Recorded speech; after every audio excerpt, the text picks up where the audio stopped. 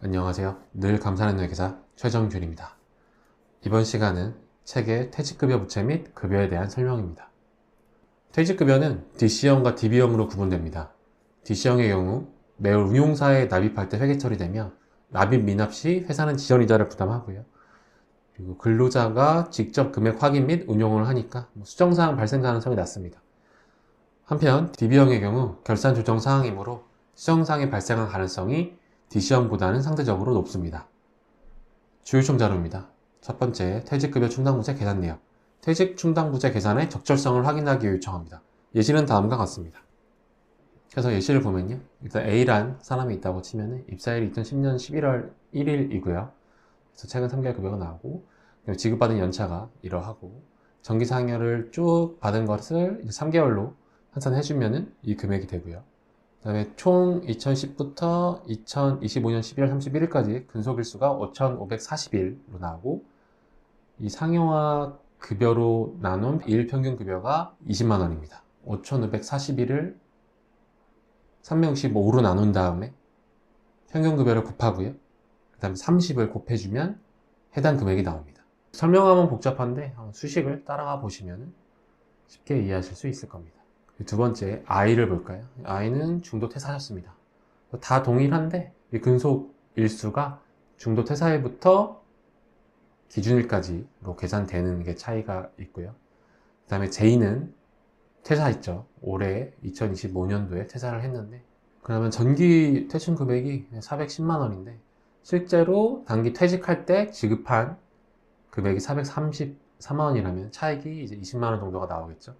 이 차익만큼 퇴직 시 추가로 퇴충을 인식해 준 다음에 430만 원으로 만들어진 퇴직 충당부채를 없애주고 그다음에 보통예금, 차인지급액 지급을 해주고요. 그 다음에 예수금으로 해서 퇴직 회계 처리해 주시면 되고요. 그리고 결산은 이제 전기 퇴충 금액이 있었기 때문에 퇴충 금액을 단기의 최종 퇴충 금액으로 이제 5억 1,900만 원이겠죠.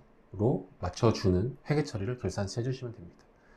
그래서 정리를 해보면 정기 말에 3억 5천이었던 퇴충이 단기 추가 비용이 1억 7천 인식해주고 단기 지급이 430만 원 됐기 때문에 최종적으로 기말에 5억 1,900만 원이 된다로 이해하시면 됩니다. 참고사항으로 보면 정기상여금이 평균임금에 포함되는데 특별상여인 경우에는 제외됩니다. 상여금의 지급이 단체 협약, 취업 규칙 등의 지급 조건과 지급 시기 등이 정해져 있거나 지급 관행이 생긴 경우에만 평균임금으로 포함됩니다. 해서 특별상여처럼 정해진 게 없고 매년 줬던 것도 아니라고 한다면 제외해 주시면 됩니다.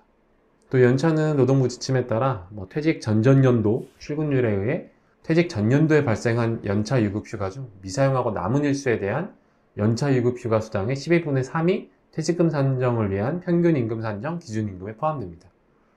노동부 지침 그대로 읽어드리면 이해가 안 갈 수 있는데 일단 퇴직한 연도가 있고요. 전기가 있습니다. 이 전기에 1년 근무를 해서 이때 연차가 발생했겠죠. 발생한 연차를 퇴직 전년도에 사용을 했을 거고요. 사용하고 총 남은 걸 지급했겠죠. 이 지급한 연차가 평균임금에 포함됩니다. 다음 돌아와서 주요총 자료입니다. 두 번째 급여대장은 연차 충당부채 및 퇴직급여 충당부채 대상 인원 및 급여 금액을 확인하기 위해서 요청합니다. 세 번째 급여이체 내역은 특정 월을 샘플링하여 이체 금액이 실제 급여대장상 차인 지급액과 일치하는지 확인하기 위해 요청합니다.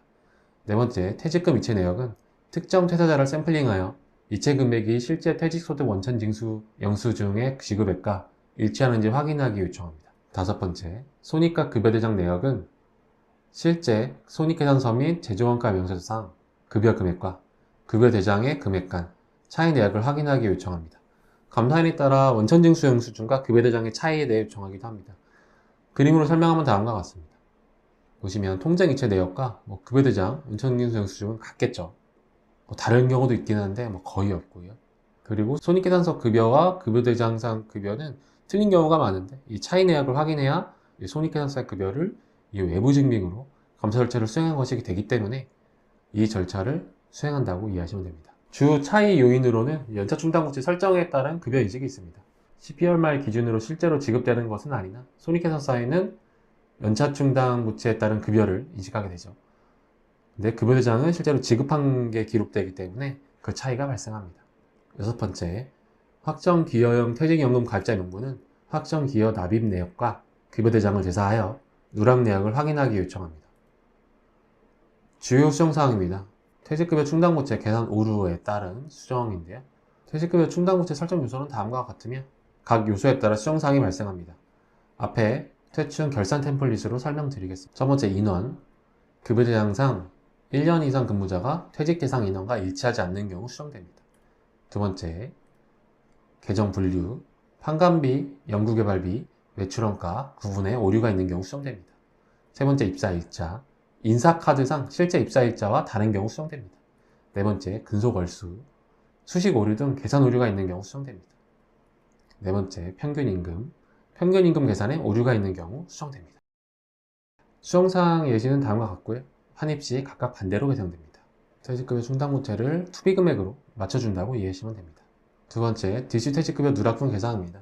감사인이 급여대장과 확정기여형 퇴직연금 가입자 명부를 비교하여 퇴직급여 납입 대상자이나 누락되어 있는 경우를 발견하거나 법적 기준치보다 적게 납입하였다면 다음과 같은 수정사항이 발생합니다. 그래서 추가로 납입해야 되는 금액을 배상하고 나머지를 계정 분리별로 퇴직급여를 인식해 줍니다. 세 번째, 미지급 상여 계상입니다. 감사인이 결산 기준일부터 감사 보고서일까지 회사 지출 내역을 확인한 결과 단기 근무에 따른 성과평가 등으로 지급된 상여가 있는데 기말 기준 부채로 계상되어 있지 않다면 다음과 같은 수정사항이 발생합니다. 보시면 기말 기준 미지급 비용을 인식해 주는 것을 알 수 있습니다. 왜 차기에 지급할 것을 단기 비용으로 설정해야 되는지는 회계의 발생주의 때문이고요. 기준서상 근무용역을 제공한 때 근무용역의 대가라고 한다면 단기말 기준으로 미지급 비용을 인식해야 됩니다. 보시면 단기 1월 1일부터 12월 31일 근무에 따른 상여를 차기에 지급한다고 한다면 이 근무 용역을 제공한 때 근무 용역의 대가이기 때문에 단기말 기준 미지급 비용으로 인식한다고 이해하시면 되고, 대신 이제 설 명절에 특별 상여로 나간 거라든가 한마디로 단기랑 전혀 상관없는 정말 차기에 관련된 것에 따른 상여다라고 한다면 기말 기준 부채를 인식할 필요는 없습니다. 이상 퇴직급여 부채 및 급여에 대한 설명이었습니다. 도움되셨길 바랍니다.